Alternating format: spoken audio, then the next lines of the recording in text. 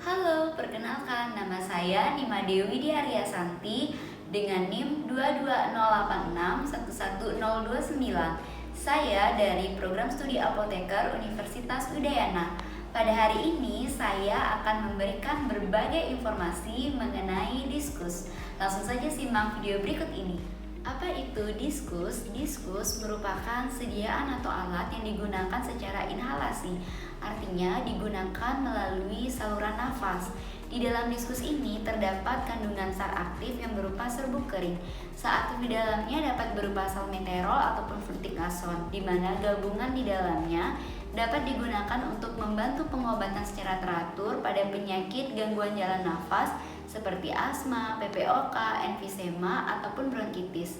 Selanjutnya, saya akan menjelaskan bagian-bagian apa saja yang terdapat di dalam diskus. Bagian-bagian dari diskus.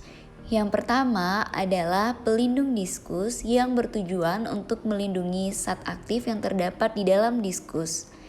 Yang kedua adalah thumb grip. Thumb grip merupakan tempat untuk meletakkan ibu jari sehingga memudahkan untuk membuka diskus. Setelah diskus terbuka, maka terdapat komponen yang disebut dengan mouthpiece yang merupakan tempat untuk menghirup obat. Selanjutnya ada tuas yang berfungsi untuk mengatur dosis yang digunakan. Yang terakhir ada yang disebut dengan dosis counter.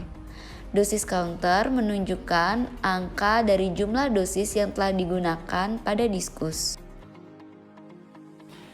Sebelum menggunakan diskus, selalu ingat untuk mencuci tangan dengan menggunakan air mengalir, kemudian dikeringkan. Pegang bagian luar diskus dengan menggunakan satu tangan, kemudian letakkan ibu jari pada thumb grip, buka hingga berbunyi klik. Kemudian terlihat komponen mouthpiece dan juga tuas. Putar tuas ke arah kanan hingga berbunyi klik.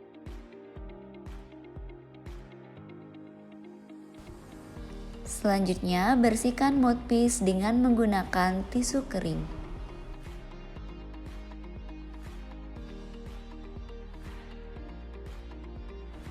Posisikan diskus pada posisi mendatar searah dengan mulut.